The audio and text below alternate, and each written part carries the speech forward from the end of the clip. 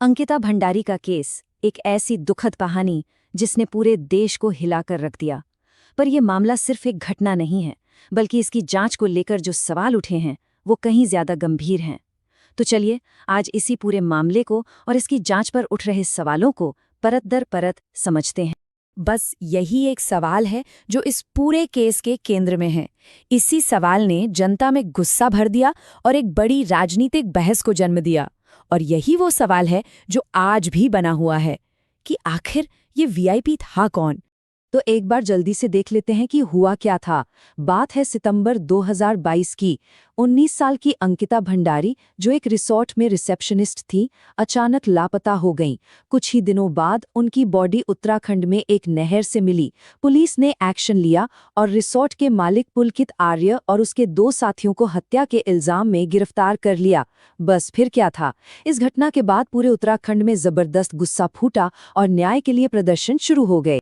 अब मामला इतना बड़ा हो गया था, लोगों का गुस्सा भी बढ़ रहा था, तो जाहिर है जांच भी किसी खास टीम को ही मिलनी थी।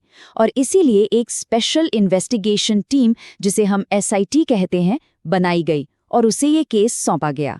तो एसआईटी ने अपनी जांच की और फिर जो एसआईटी की हेड थी पी रेणुका देवी, उनका एक बयान आया। उन्होंने साफ साफ कहा कि भाई जांच तो 99% पूरी हो गई है और ये जो वीआईपीज वाली बात चल रही है ना, उसे हमने खारिज कर दिया है। मतलब ऑफिशियली सरकार का यही कहना है। लेकिन कहानी यहीं खत्म नहीं होती। एसआईटी का ये नतीजा बहुत से लोगों के गले नहीं उतरा, खासकर विपक्ष और अंकिता के अपने परिवार के। और बस यहीं से असली विवाद शुरू होता है। विपक्षी पार्टियों ने तो खुलकर कह दिया कि उन्हें एसआईटी की जांच पर बिल्कुल भरोसा नहीं है।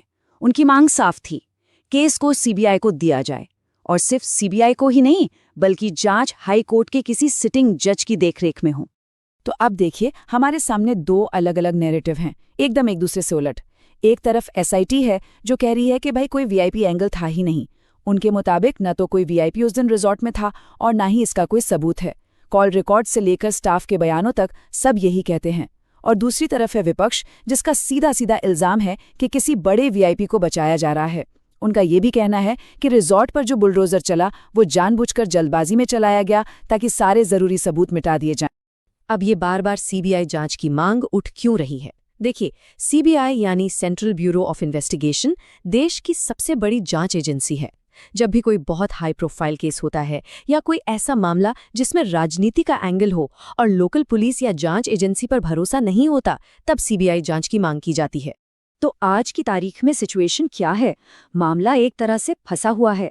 एक तरफ एसआईटी है जो आरोपियों के खिलाफ अपनी फाइनल चार्जशीट तैयार कर रही है, वहीं दूसरी तरफ कांग्रेस और यूकेडी जैसी पार्टियां, और सबसे जरूरी अंकिता का अपना परिवार, वो सब अब भी सड़कों पर हैं और सीबीआई जांच की मांग कर रहे हैं।